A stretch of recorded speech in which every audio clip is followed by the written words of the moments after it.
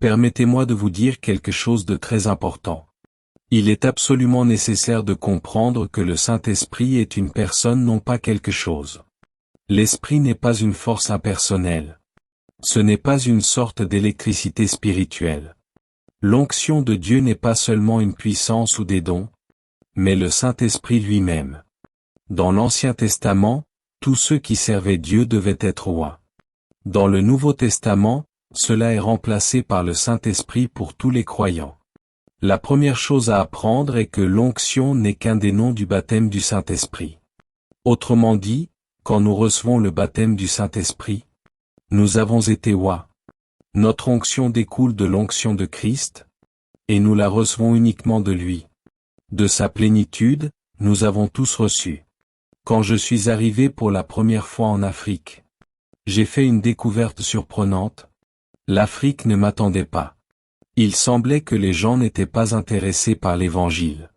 J'ai essayé très fort, mais la réponse était presque nulle. Je me souviens avoir parfois prêché à seulement 5 personnes. Et cela m'a mis dans un coin.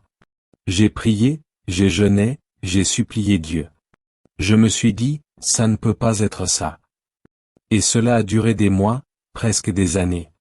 Puis un soir, quelque chose s'est produit qui a tout changé. J'ai fait un rêve, mais c'était un rêve divin. J'ai vu la carte de l'Afrique. Tout le continent étant lavé par le sang rédempteur de Jésus-Christ. Et j'ai entendu une voix formidable, qui a pénétré mes os et ma moelle, criant, « L'Afrique sera sauvée ». Je me suis réveillé et j'ai dit, « Oh, c'est merveilleux ». Mais ensuite, mon cerveau allemand a commencé à réfléchir. C'est illogique. Mon ministère n'a aucun impact dans ce petit pays appelé Lesotho. Et maintenant j'entends que tout un continent sera sauvé? Comment cela va-t-il arriver? Mais Dieu a été gracieux. La nuit suivante, j'ai fait le même rêve. La suivante aussi. Pendant 4 nuits consécutives, le même rêve. La même voix.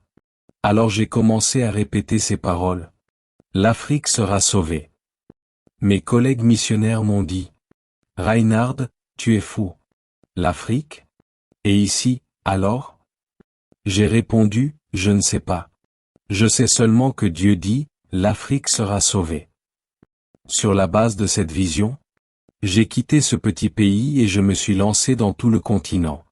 J'ai commencé par visiter un autre pays, le Botswana, dans la capitale Gaborone. Quand je suis arrivé à l'aéroport, je marchais vers la ville. Quand soudain la puissance de Dieu est tombée sur moi. Le Seigneur m'a dit, « Tu vois là-bas » J'ai dit, « Oui, c'est un stade. Le stade national. » Et Dieu m'a dit, « Tu y prêcheras ma parole. » Une joie profonde a envahi mon cœur. En ville, j'ai rencontré le pasteur local.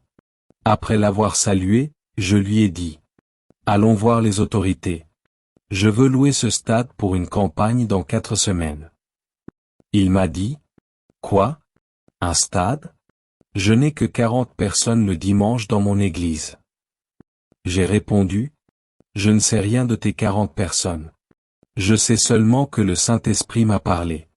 Et je veux lui obéir. » Nous sommes allés aux autorités. J'ai loué le stade. Quand j'ai signé, je me suis mis à transpirer. Je me voyais déjà assis seul avec 40 personnes dans un immense stade. Alors je suis resté quelques jours de plus, visitant les églises, les pasteurs. Je disais, je suis Reinhard Bonk. Dans 4 semaines, j'aurai une campagne d'évangélisation. Travaillons ensemble. Ils m'ont regardé. Ça a l'air bien, mais qui es-tu? J'ai répondu, je suis Monsieur Personne. Mais je crois que ça va arriver. Ils ont dit, n'importe qui peut dire ça. J'ai dit, mais Dieu m'a parlé. Ils ont répondu, désolé, nous avons autre chose. Personne ne voulut coopérer. Alors je me suis réveillé intérieurement. Seigneur, tu m'as dit de prêcher dans ce stade. Voici mon accord avec toi. Je ferai la prédication, mais tu dois amener le peuple. Une paix profonde est entrée dans mon cœur. Je suis retourné à Johannesburg. 4 semaines plus tard, Je suis revenu avec ma petite équipe. J'étais préparé. J'avais jeûné, prié. Et j'ai crié à Dieu. Seigneur, remplis le stade ce premier soir. Le premier meeting a commencé. J'ai compté les gens. 100. Exactement 100, y compris moi. De gauche à droite, de droite à gauche. 100 reste 100. J'étais déçu. J'ai ouvert ma Bible et j'ai commencé à prêcher. Après 10 ou 20 minutes, quelque chose s'est passé. Une femme a sauté en criant. Je viens d'être guéri. Une autre a crié. Moi aussi. Et je me suis dit. C'est étrange, je ne prêche même pas sur la guérison. À la fin, j'ai appelé les malades pour imposer les mains. Selon Marc 16. Et là, quelque chose m'a choqué. Chaque personne que je touchais tombait par terre. Rangée après rangée. Quelqu'un a couru depuis le fond. J'exige une explication. Pourquoi tous ces gens sont-ils inconscients au sol? J'ai dit. Je n'en sais rien. Moi aussi, j'ai besoin d'une explication. Je n'ai demandé à personne de tomber. J'ai seulement imposé les mains selon la Bible. Alors si quelque chose est arrivé, Jésus en est responsable. Mais voici l'essentiel. Une femme aveugle est tombée, et s'est relevée en voyant. Un homme paralysé est tombé, et s'est relevé marchant.